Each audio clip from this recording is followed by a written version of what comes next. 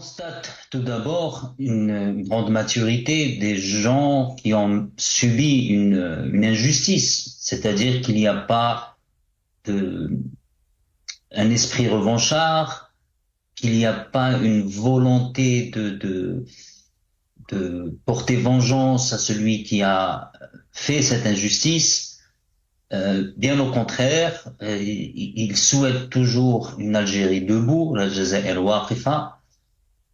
Il a parlé d'une personne, euh, euh, pardon, celui qui est resté en prison, Abdelhajjab, qui est quelqu'un qui est dans le dialogue, dans la conciliation, dans une démarche de trouver des solutions.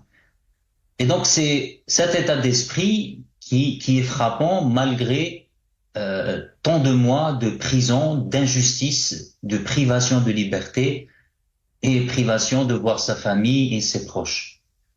Cette maturité, on l'a vu pendant le Hirak, à savoir des demandes où on demandait un changement radical du régime algérien, où les gens disaient le Jeish Khawa Khawa, où les gens ils disent on veut l'Algérie libre, on veut pouvoir circuler normalement, on veut développer notre pays. Il n'y avait pas également d'esprit de revanche par rapport à ce qui s'est passé, par rapport à tout l'argent qui a été dilapidé, par rapport à toutes les vies qui ont été massacrées, notamment pendant la décennie noire. Et donc, on voit quand même une grande maturité chez les Algériens, mais en particulier chez cette élite ou ceux qui représentent certains courants politiques. En face, vous avez un pouvoir complètement fermé, autiste, qui ne comprend pas les enjeux qui font face à l'Algérie, des enjeux au niveau du changement géostratégique, des changements au niveau de la population et de la société, des changements au niveau de la prise de conscience globale chez les Algériens, d'une manière de plus en plus affirmée, des enjeux économiques, sociétaux, et tout ça, en fait, malheureusement, ce régime, il est toujours dans le tout répressif. Et on a l'impression qu'il n'entend pas, qu'il ne veut pas voir.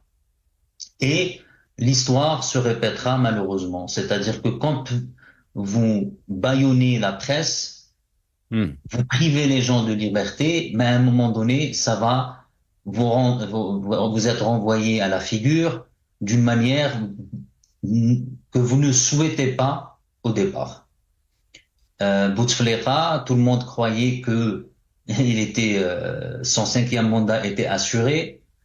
Eh ben, Bouteflika, du jour au lendemain, il est tombé.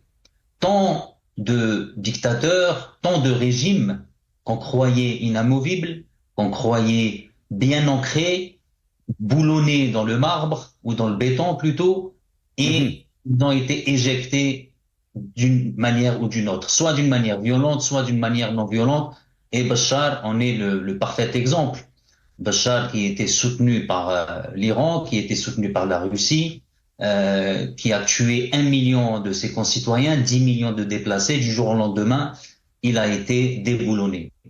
Et malheureusement, ce régime n'apprend pas de notre histoire, l'histoire qui est faite de combats, qui est faite de résistance.